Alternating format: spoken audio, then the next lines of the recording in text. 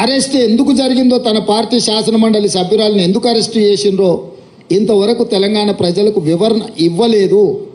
చంద్రశేఖరరావు గారి మౌనము ఏ రకంగా అర్థం చేసుకోవచ్చు?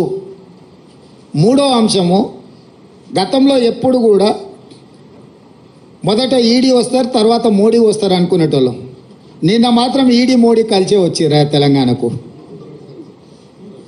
అంటే అవినీతి పరుల మీద చర్యలు తీసుకుంటున్నామనే ఛాంపియన్షిప్లో మోడీ గారు కోట్లు పడాలి, అయ్యో పాపం ఆడపిల్లను అరెస్టు చేసిందనే సానుభూతితోని బీఆర్ఎస్ కోట్లు పడాలి.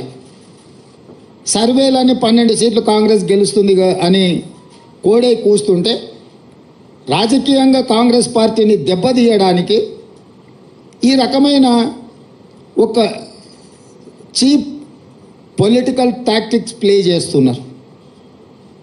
కాబట్టి ఇప్పటికైనా మోడీ గారు, కేసీఆర్ గారు ఈ డ్రామాలు కట్టిపెట్టి 10 సంవత్సరాలు మోడీ గారు తెలంగాణ ప్రజలకు ఏం చేసిండో, పేదలకు ఇండ్లు ఇచ్చిండా, రైతుల ఆదాయం రెండింతలు చేసిండా, ప్రతి సంవత్సరం 2 కోట్ల ఉద్యోగాలు ఇస్తా అన్నాడు, ఇప్పటికీ 20 కోట్ల ఉద్యోగాలు ఇవ్వాలి, తెలంగాణలో ఎన్ని ఉద్యోగాలు ఇచ్చిండో, స్విస్ బ్యాంకులో ఉన్న లక్షల కోట్ల రూపాయల నల్లధనాన్ని తెచ్చి ప్రతి పేదవాడి ఖాతాలో 15 లక్షలు వేస్తా అన్నాడు.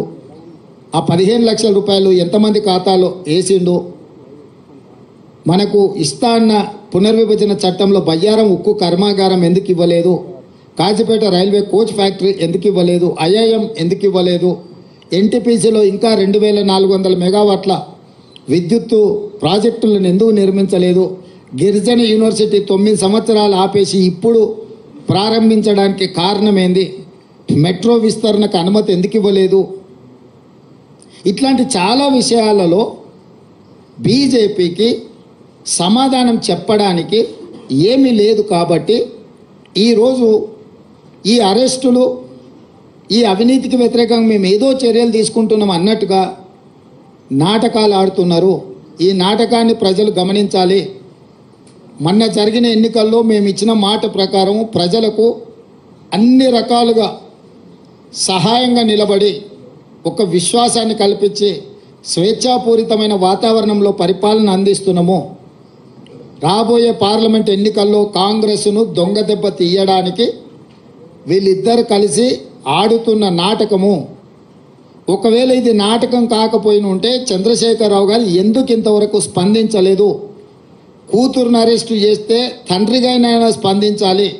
ఒకవేళ అలా స్పందించినప్పుడు శాసనమండలి సభ్యురాలను, పార్టీ సభ్యురాలని అరెస్టు చేస్తే పార్టీ అధ్యక్షుడిగా స్పందించాలి. 2 విషయాలలో వారు స్పందించలేదు, పత్రికా ప్రకటన విడుదల కూడా చెయ్యలేదు అని అంటే, నిన్న మోడీ గారు వచ్చారు, వారు కూడా ఈ విషయాన్ని ఎక్కడ ప్రస్తావించలేదు. తెలంగాణ రాష్ట్ర పర్యటనలో మోడీ గారు ఉన్నప్పుడే నిన్న మధ్యాహ్నం 1:20 ఈడీ అధికారులు వచ్చారు. 5:20 కవిత గారిని అరెస్టు చేశారు. 7 గంటల తర్వాత ఢిల్లీకి తీసుకెళ్ళినట్టున్నారు. అంటే పూర్తి సమాచారం మోడీ గారికి